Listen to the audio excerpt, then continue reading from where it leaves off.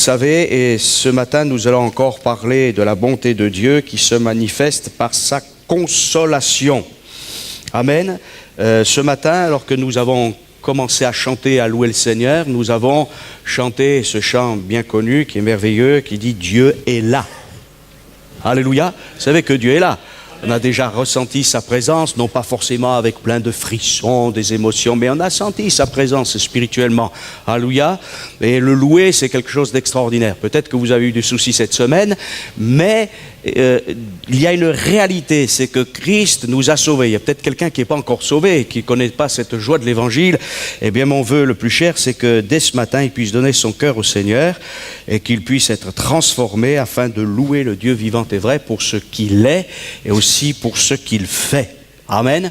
Parce que Dieu n'est pas un Dieu qui est simplement, mais aussi un Dieu qui est agit. Dieu a aimé le monde et qu'est-ce qu'il a fait? Il a donné son Fils afin que quiconque croit en lui ne périsse point, mais qu'il ait la vie et la vie éternelle. Et s'il y a quelque chose qui peut nous amener à périr, à dépérir, c'est les afflictions sans la consolation, c'est une certaine théorie évangélique sans le côté pratique, mais notre Dieu, ce matin, veut intervenir en notre faveur. Amen. Alors on va lire un texte qui est un texte clé des Écritures en ce qui concerne la consolation. C'est dans la deuxième épître aux Corinthiens, voilà, au chapitre 1er et au verset 1er. Deuxième épître de Paul aux Corinthiens, chapitre 1er et verset 1er.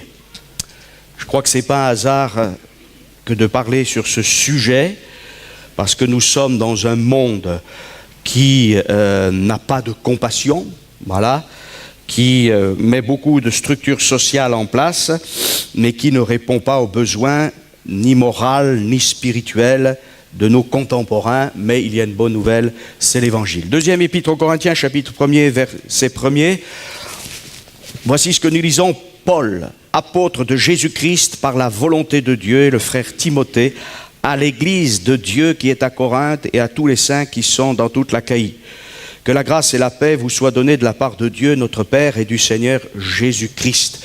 Béni soit Dieu, le Père de notre Seigneur Jésus-Christ, le Père des miséricordes et le Dieu de toute consolation, qui nous console dans toutes nos afflictions, afin que, par la consolation dont nous sommes l'objet de la part de Dieu, nous puissions consoler ceux qui se trouvent dans l'affliction. Amen. Alléluia. Donc, c'est quelques versets pour nous souligner d'abord que Dieu est le Père des miséricordes et le Dieu de toute consolation. Amen. Dieu est un Dieu miséricordieux. La miséricorde, c'est quand Dieu manifeste son amour alors que nous ne le méritons pas. Voilà, nous ne méritons rien, mais Dieu est tellement bon, eh bien, qu'il agit en notre faveur. Ce matin, ça nous a été rappelé que Dieu veillait sur nous dans nos hauts et dans nos bas, mais que le but, c'était pas d'être comme des yo-yo en haut ou en bas, mais que Dieu veut que nous progressions. Et ça nous a été rappelé aussi dans nos combats. On peut avoir des combats vis-à-vis d'un certain problème. Dieu est encore avec nous. Alléluia. Dieu n'est pas contre nous. À partir du moment où nous sommes pour lui et avec lui, alors il va agir en notre faveur. Amen, vous le croyez? Voilà, il y a peut-être quelqu'un qui est venu ce matin vraiment avec une affliction particulière, avec une détresse particulière.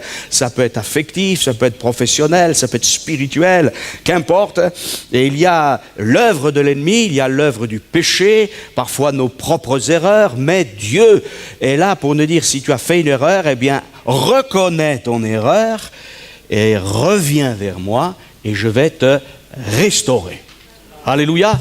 Dieu est un Dieu qui restaure et Dieu est un Dieu qui console. Et puis il y a des épreuves aussi, ne vient pas du diable ni forcément du péché, ce sont les épreuves que Dieu permet aussi, même s'il y a toujours plus ou moins une œuvre de l'adversaire, mais c'est aussi pour que nous puissions voir la grandeur de Dieu. Amen. La consolation, c'est important. On est dans un monde où il y a tellement de blessures, un monde où il y a tellement de difficultés, tellement de problèmes avec les enfants, dans les couples, dans les familles, au travail, partout, vous savez, hein. Et même parfois on pense aller se reposer, on se dit tiens on va prendre quelques jours, et là dans ces quelques jours il y a encore les soucis, les tracas, des mauvaises nouvelles, et on se dit mais jusqu'à quand allons-nous connaître ces choses? Eh bien jusqu'à ce que le Seigneur revienne. Il faut quand même être honnête. Lorsque Jésus nous a appelés à être ses disciples, il nous a dit eh bien, que les choses ne seraient pas forcément faciles, qu'il y aurait des difficultés, qu'il y aurait des épreuves, qu'il y aurait des persécutions, mais il a fait aussi une grande promesse. Je suis avec vous tous les jours, jusqu'à la fin du monde. Et ce n'est pas simplement une présence passive. Non, je suis avec vous. C'est une présence, mais qui se veut aussi active. Et c'est peut-être cela qu'il faut réaliser. Parce qu'on a l'impression parfois que on invite Dieu à la réunion. Oui, il est là, mais il n'est pas là pour rester passif. Vous comprenez? Et notre Dieu est un Dieu qui veut agir dans mon cœur. Alléluia. Il va agir dans le cœur des miens, dans le cœur de ceux qui ne lui appartiennent pas, comme dans le cœur de ceux qui lui appartiennent. Et ce grand Dieu, il veut agir. Alors il nous a dit que ce serait difficile, mais qu'un jour, alléluia, il essuiera toutes larmes de leurs yeux. Amen. Et qu'il n'y aura plus de pleurs et de grincements de dents. Donc d'angoisse ou de choses semblables, tout sera parfait dans le ciel, heureusement, hein, parce que sinon ce ne serait pas le ciel. Mais ici-bas, nous combattons encore. Mais si nous avons la réalité, parce que Jésus, bien sûr, ne nous a pas menti, que ce serait difficile, qu'il y aurait un combat. Et aujourd'hui, de plus en plus, on se moque du christianisme authentique, on se moque de la Bible, on se moque des gens qui ont une moralité, qui ont une éthique. Et c'est difficile, ça nous fait aussi souffrir, cet aspect du véritable christianisme. Mais Jésus est aussi là pour nous consoler. Amen. Les plaies sont faites. Peut-être que même nous sommes un peu comme parfois nous avons connu un peu ce qu'a connu cet homme qui était tombé au milieu des brigands. Il a souffert, mais le bon samaritain est venu et il a mis du vin et de l'huile sur nos plaies et il a été restauré. Donc il y aura encore des souffrances. Je serai un menteur et je trahirai mon maître, mon sauveur, et ce que dit l'Écriture, si je vous disais il n'y aura plus de problème. Mais, alléluia, le Seigneur est là. Amen. Comme le plus grand des thérapeutes, comme le plus grand des médecins, médecins de l'âme, médecins du corps, médecins de l'esprit aussi, afin que notre vie soit changée. Alors vous savez que Job, lui, à un moment donné, pourra dire en face de ceux qui sont soi-disant venus le consoler, vous êtes des consolateurs fâcheux. Ça c'est terrible, hein. Voilà, il était dans une épreuve et en fait lui savait en partie certaines choses, mais il ne savait pas tout, Job, et les amis de Job voyaient certaines choses mais ne savaient pas tout, mais il y avait un Dieu qui connaissait tout, qui savait tout, et c'est ce Dieu-là qui a fait sortir Job de sa situation, et celui qui a vraiment transformé la vie de Job et qui l'a même amené plus haut, c'est le Seigneur lui-même. Et ça c'est intéressant parce que parfois nous cherchons la consolation là où elle ne viendra jamais. Et il ne faut pas oublier que le message de l'Évangile, c'est un message christocentrique. Amen. À savoir que tout dans l'Écriture va s'accomplir pleinement en Jésus-Christ, non seulement parce que c'est dit, mais parce que Christ, qui est un homme parfaitement, est aussi Dieu. Amen. Lorsqu'on fait tourner l'évangile autour de notre petite personne, eh bien en fait nous méprisons la parole de Dieu et nous méprisons Christ. Mais l'évangile c'est Christ. Et Jésus dit, celui qui me connaît, connaît le Père. Celui qui m'aime, il aime le Père. Voilà.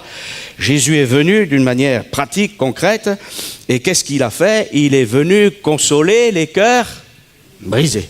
Amen. Et la solution pour notre consolation, pour notre guérison intérieure, pour toutes ces choses, ne viendra pas de consolateurs fâcheux. Et là, bon, il y a les consolateurs fâcheux, mais il y a aussi les consolateurs, flatteurs peut-être, qui semblent changer les choses, mais à problème spirituel, eh bien, solution spirituelle. Et quand on fait de la cure d'âme ou de la relation d'aide, ce n'est pas nous. Et je veux bien signaler ça, parce que c'est important, c'est très à la mode la relation d'aide. Mais la relation d'aide, la vraie relation d'aide et la vraie cure d'âme, c'est un accompagnement. Ce n'est pas le pasteur, ce n'est pas celui qui s'occupe des âmes qui va changer le problème du frère ou de la sœur ou de l'ami qui est dans la détresse. Son seul but, c'est de lui faire voir au travers des Saintes Écritures et du Saint-Esprit quelle est sa situation et comment il peut s'en sortir, non pas avec l'Église, non pas avec un ministère, aussi grand et glorieux soit-il, mais avec le grand ministère de notre Dieu en Jésus-Christ et par le Saint-Esprit. Amen. Et c'est pour cela que nous avons un immense privilège. Jésus a dit, venez à moi, vous tous qui êtes fatigués, chargés. Le but d'un prédicateur de l'Évangile, s'il est selon les Écritures, c'est pas de dire, venez à moi, je vais résoudre vos problèmes. D'abord, il ne pourrait pas, parce que la charge serait tellement lourde, et déjà que la charge elle est assez importante, et j'oserais dire même conséquente, au vrai sens du terme, mais celui qui va vraiment résoudre nos problèmes, c'est le Seigneur. Et c'est pour cela qu'ensemble, nous devons nous approcher du Seigneur.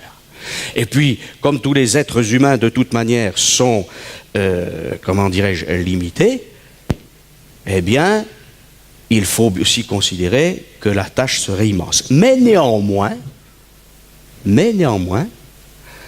par ma consolation, je pourrais aussi consoler les autres. Mais pas sans Christ, pas sans le Saint-Esprit. Vous voyez, c'est ça qui est important. Alors on va le découvrir. Des consolateurs fâcheux, des gens qui étaient à côté du problème de Job. Alors Job, c'est un cas particulier. Il y a des gens qui ont des épreuves, ils disent toujours « je suis comme Job ». Pas forcément. Voilà, Job n'avait pas péché, parfois on a péché. Et c'est pour ça aussi qu'on se retrouve dans des situations difficiles. Mais en tout cas, qu'on ait péché ou pas, eh bien on a besoin d'une intervention de Dieu. Amen. L'Écriture nous dit que lorsque Jésus est venu, Hérode a voulu tuer Jésus.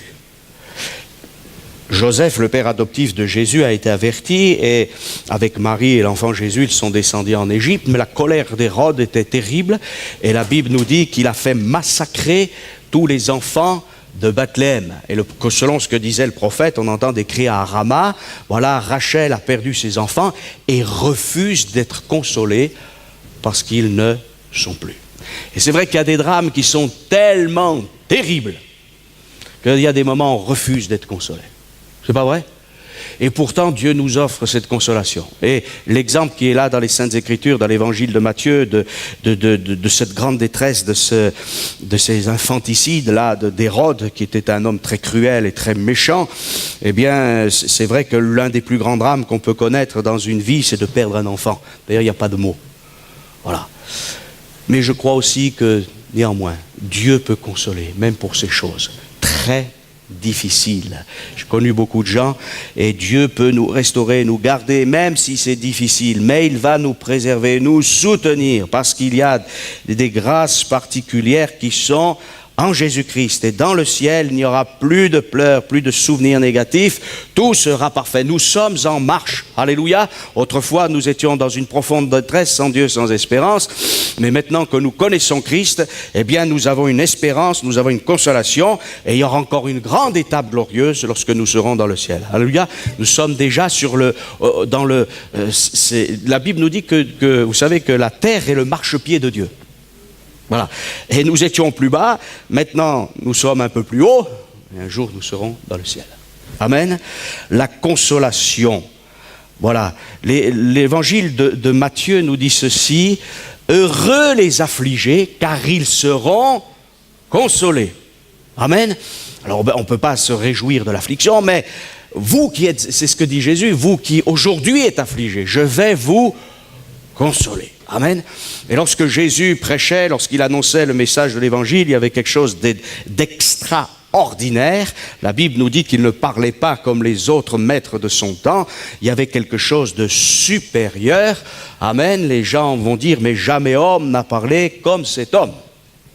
Il allait de ville en ville, de village en village. Il passait parfois des heures et des heures sur la route pour arriver, parce qu'il marche à pied, pour arriver à tel village. Il était fatigué avec la chaleur, avec parfois aussi le froid dans la nuit et toutes ces choses. Mais il arrivait et il y avait quelque chose qui venait de Christ. Jésus n'est pas simplement présent ici au milieu de nous pour faire acte de présence.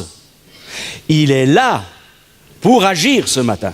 Amen. Si tu es dans ton péché, si tu es dans ta misère, si tu es, peut-être même tu as été rebelle à Christ jusqu'à présent, eh bien capitule, parce que tu vas souffrir et tu vas encore souffrir et un jour tu souffriras pour l'éternité. Il n'y aura pas de consolation. Mais Dieu t'offre sa grâce ce matin. Alléluia, c'est très important. Dieu veut te consoler. Dieu veut que ta vie ne soit pas un drame permanent, que tu n'aies pas ces pensées de suicide, ces pensées de frustration. Mais Dieu t'aime, alléluia, d'un amour éternel. Et c'est lui qui veut te consoler. Alléluia. Alors, il y a une promesse. Et nous voulons nous emparer des plus belles promesses. Dieu a tout accompli. Pardon. En Jésus-Christ, c'est à nous maintenant de nous approcher de lui, et l'Écriture nous dit, si on s'approche de Dieu, Dieu s'approchera de nous. Amen. Alors, ce qui est important dans la vie chrétienne, c'est aussi notre démarche personnelle. Alléluia. C'est ça qui est important. Des hommes ou des femmes sont venus auprès de Jésus d'une manière personnelle. Voilà. Il ne faut pas que nous voyions tout au travers de l'Église. Aujourd'hui, il y a un peu dans le monde évangélique l'ecclésiomania. Voilà, mon Église. Et c'est la plus belle des églises, bien sûr, mais l'autre Église à côté aussi, elle est bien. La vraie Église universelle, elle a été rachetée par le précieux sang. Et c'est pour ça que je dis qu'il faut que nous revenions à celui qui est le centre de notre vie, qui doit être le centre de notre vie, à savoir Jésus-Christ. Alléluia. Et je viens vers Jésus-Christ. Parce que vous savez, on va vite être déçu, on va vite perdre nos forces. Et ce matin, ça nous a été rappelé dans les dons spirituels de venir auprès de Jésus. La réunion, elle va s'achever dans quelques minutes. Voilà, vous pouvez revenir cet après-midi, vous ferez encore du bien. Alléluia. Voilà, mais il n'y a pas des réunions forcément tous les jours. Mais vous pouvez avoir votre réunion tous les jours avec Jésus. Même si on ne peut pas passer 3 heures forcément, il y a le travail, tout ça. Mais passez un temps. Voilà, dites, Seigneur, je vais me fixer ça. Puis après, vous allez dire, c'est tellement bon que je vais un peu en rajouter. Hein? Non? Vous n'avez pas remarqué? Quand les moments sont bons dans la vie qui dure, forcément. Voilà. Et quand on a goûté que le Seigneur est bon, eh bien on va prendre du temps avec lui. Après on fait le reste et Dieu sera avec nous aussi dans notre travail, dans nos activités, dans tout ce qu'on a à faire, dans nos affaires familiales. Mais prenons du temps avec lui. Parce que l'origine de la vraie consolation, c'est Dieu.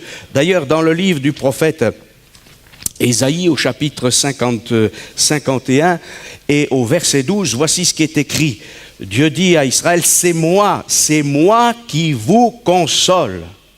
Qui es-tu pour avoir peur de l'homme mortel et du Fils de l'homme, pareil à l'herbe? Les gens, ils disparaissent, vous savez, les grands, les puissants. Hein? Moi ceci, moi cela, moi en tant que ministre, moi président, et oui, moi. Hein? Mais les mois, ils passent. Mais il y a quelqu'un qui demeure. Voilà. Et celui qui préside à toute chose, c'est Dieu. Le trône de Dieu ne s'est pas ébranlé le jour du déluge. Pas bougé d'un millimètre. Voilà. Par contre, en bas, c'était la catastrophe. Et c'est Dieu qui console. C'est moi qui vous console, dit Dieu. Donc l'origine de la consolation, c'est notre Dieu. Alléluia, et ça va loin. C'est un exemple qui est fort intéressant. C'est que dans Ésaïe 66, je vais vous citer le texte, mais dans Ésaïe 66, 13, il nous est dit, c'est quelque chose d'intéressant. Dieu dit, comme un homme que sa mère console, ainsi je vous consolerai, vous serez consolés dans Jérusalem. Amen. Alléluia. Un petit peu se dire, écoutez, monsieur, j'ai 40 ans, 50 ans. Oui, mais les mamans, on ne les oublie pas. Une vraie maman. Parce que des fois, il y a peut-être quelqu'un au milieu de nous qui n'a pas eu une vraie maman. Mais quand même, une vraie maman, eh ben, c'est souvent que les enfants reviennent encore. Ils ont 30 ans, puis des fois, ils ont envie de dire tous leurs problèmes. Et même les garçons, hein, surtout, là, c'est question d'un garçon. Un homme, je suis un homme. Ah oui, mais quand l'affliction est là. Et Dieu dit, eh bien, comme un homme qui a encore la consolation de sa mère, moi, je vous consolerai. C'est-à-dire qu'il y a la pensée de la tendresse d'une mère. Je ne veux pas dire que les pères ne sont pas tendres. Je ne veux pas faire de la discrimination. Mais enfin, nous savons quand même qu'il y a un côté maternel. Et vous savez aussi, vous connaissez tous ce texte, quand bien même une mère abandonnerait son enfant, moi, dit l'Éternel, je ne vous abandonnerai pas. Alléluia, une tendresse, quelque chose de particulier. Je ne sais pas, oui, je te console. Ça. Non, il y a une affection particulière. Dieu s'intéresse à nous particulièrement. Voilà, l'adversaire viendra toujours te dire, mais non, tu es rien, tu es quantité négligeable, voire supprimable. Non, pas du tout. Et on se dit, mais le Seigneur, il a tellement de choses à faire. Oui, mais il est Dieu. Il peut s'occuper de 7, 8, 10 milliards d'individus en même temps. Il est Dieu. Nous, on est vite dépassés. Même le meilleur d'entre nous, son planning, ceci, cela, on est limité dans le temps, dans l'espace, c'est normal. Mais notre Dieu, non. Donc c'est de Dieu que vient la consolation. Et même lorsque nous consolons quelqu'un, cette consolation, elle vient de Dieu. Amen. Et c'est pour cela que parfois Dieu nous fait passer par des difficultés. Et au travers de ces difficultés, on dit c'est pas possible. Mais Dieu va non seulement nous consoler, mais il va agir en notre faveur pour que nous puissions ensuite consoler les autres. Il y a un témoignage, un jour il y avait quelqu'un qui était dans le train et puis il y a la conversation qui s'est faite avec la personne qui était en face et à un moment donné ce chrétien il a commencé à parler et à témoigner et cette personne lui a expliqué sa situation, ce qu'elle était en train de vivre et elle lui a dit tout de go, comme on dit, mais voyez monsieur, vous ne pouvez pas me comprendre. Voilà. Et ce monsieur a eu l'amabilité de dire simplement, non pas dire, mais si, je peux vous comprendre. Il dit, écoutez, je peux vous comprendre. Parce que moi, je suis passé exactement par la même épreuve. Mais mon Dieu a fait pour moi de grandes choses. Voyez? Donc, il y a des choses qui nous semblent terriblement négatives quand il semble que la terre se dérobe sous nos pas, qu'il y a des difficultés. On se dit, mais est-ce que Dieu m'aime encore? Est-ce que c'est possible encore qu'il y ait quelque chose pour moi? Alors, je ne parle pas de ceux qui s'opposent à Dieu, mais de ceux qui veulent suivre le Seigneur. Oui, pour ceux qui veulent suivre le Seigneur, il y a toujours une solution, même dans la plus grande des épreuves. Alléluia. Et Dieu nous consolant, nous pourrons consoler les autres. Amen. En fait, il y a une part comment dirais-je, d'assimilation, ou plutôt de conformité à l'œuvre de Christ. Christ a souffert et est rentré dans la gloire. Alléluia. Et nous ne sommes pas sauvés par nos souffrances, mais devenant des croyants, on a part aussi... on a une part de souffrance, mais dans cette part de souffrance, Dieu va nous utiliser pour proclamer l'Évangile. Amen. Amen. Vous savez que vous êtes tous, quand on est né de nouveau, on est des proclamateurs de l'Évangile. Amen. Amen. Et il faut prier pour que Dieu mette sur notre chemin des âmes qui vont entendre notre témoignage. Et puis même s'ils ne le reçoivent pas, tant pis. Ils ne le recevront pas peut-être tout de suite, mais ils le recevront demain. Certains vont le recevoir aussi aujourd'hui. Amen. Et nous sommes là destinés à proclamer l'Évangile. Et parfois, c'est justement au travers d'une épreuve que quelqu'un traverse, que nous aussi nous avons traversé, que nous allons avoir, une autoroute sans péage pour vraiment dire combien le Seigneur est bon. Vous le croyez? Et c'est ce qui est important. Et c'est pour ça que chaque fois que nous nous rassemblons, nous pouvons proclamer que le Seigneur console, mais aussi qu'il sauve parfaitement. Il y a un texte, bien sûr, qui est très important, qui se trouve dans l'Ancien Testament, qui est un texte magnifique, puisque c'est un texte prophétique qui concerne aussi la fin des temps, et je ne le prendrai pas pour Israël, mais je le prendrai pour notre besoin personnel. C'est dans Ésaïe, chapitre 40, et verset 1er. Voici ce que dit le prophète de la part de Dieu. « Consolez, consolez mon peuple, dit votre Dieu. » parlez au cœur de Jérusalem et criez-lui que sa servitude est finie, que son iniquité est expiée, qu'elle a reçu de la main de l'Éternel au double de ses péchés. Pas question de châtiment ici, mais de la double portion du Fils aîné qu'est Christ. Il y a tant de péchés, mais il y a une double portion de grâce et de miséricorde. Alléluia, c'est pas formidable ça? C'est-à-dire que mon péché, tout le péché de l'humanité est là, de tous les temps, voilà, mais il y a une grâce qui est double. En Christ. Le sacrifice de Christ est formidable. Consolez mon peuple. Et là, il est question, ça peut paraître étonnant, mais dites votre Dieu, parlez au cœur de Jérusalem. Voyez, Jérusalem signifie fondation de paix. Il n'y a jamais eu une ville qui a eu autant de guerres que Jérusalem. Voilà, on peut se dire, mais elle porte mal son nom. Mais elle porte mal son nom. Mais non, elle porte très bien son nom. C'est les hommes, tous, qui ne savent pas que Dieu a tout accompli en Jésus-Christ. Et même ceux qui le savent, des fois, ils ne le vivent pas. Mais tout est fait pour que, eh bien, il y ait une cité sainte qui s'appelle fondement de paix ou structure de paix. Et cette Jérusalem terrestre, elle disparaîtra. Mais il y a une Jérusalem céleste qui demeurera éternellement. Alléluia. Et ce qui est imparfait sur cette terre, eh bien, sera parfait par notre Dieu, et parce que tout vient de Dieu. La Jérusalem terrestre, elle a été bâtie par les hommes. Elle a été détruite par les hommes, rebâtie par les hommes, détruite par les hommes, rebâtie par les hommes. Mais la Jérusalem céleste, elle vient d'en haut. Amen. Alléluia. Donc tout sera parfait. Mais en attendant cette perfection, il y a la solution spirituelle. Voilà, parler au cœur. Quand on a besoin de consolation, on ne parle pas simplement à la tête. Vous avez remarqué?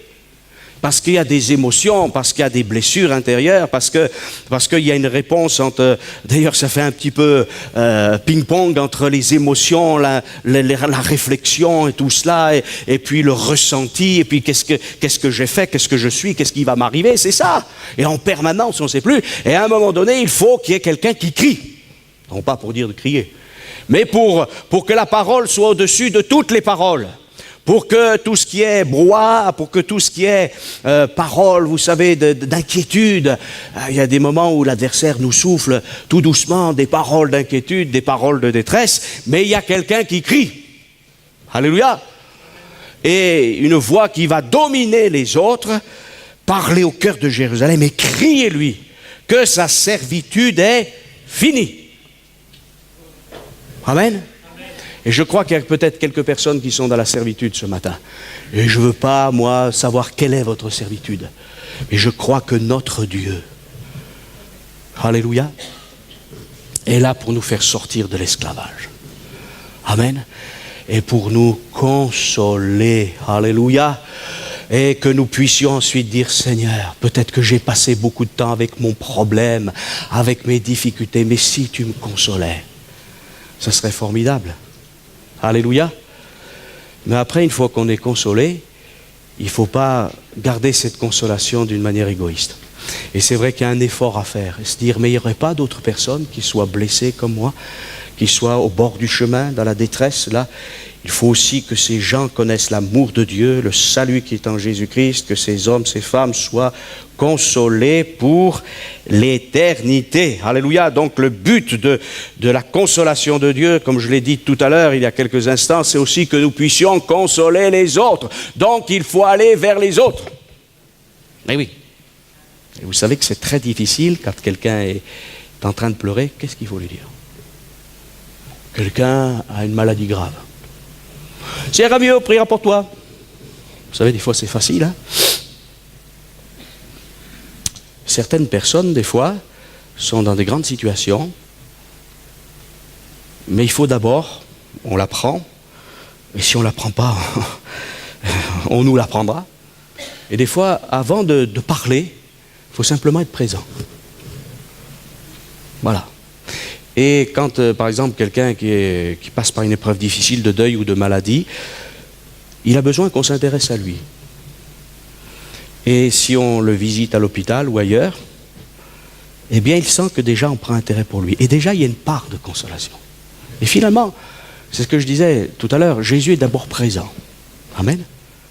Si on pouvait voir Jésus maintenant. Oh, non. Mais il est présent. Amen.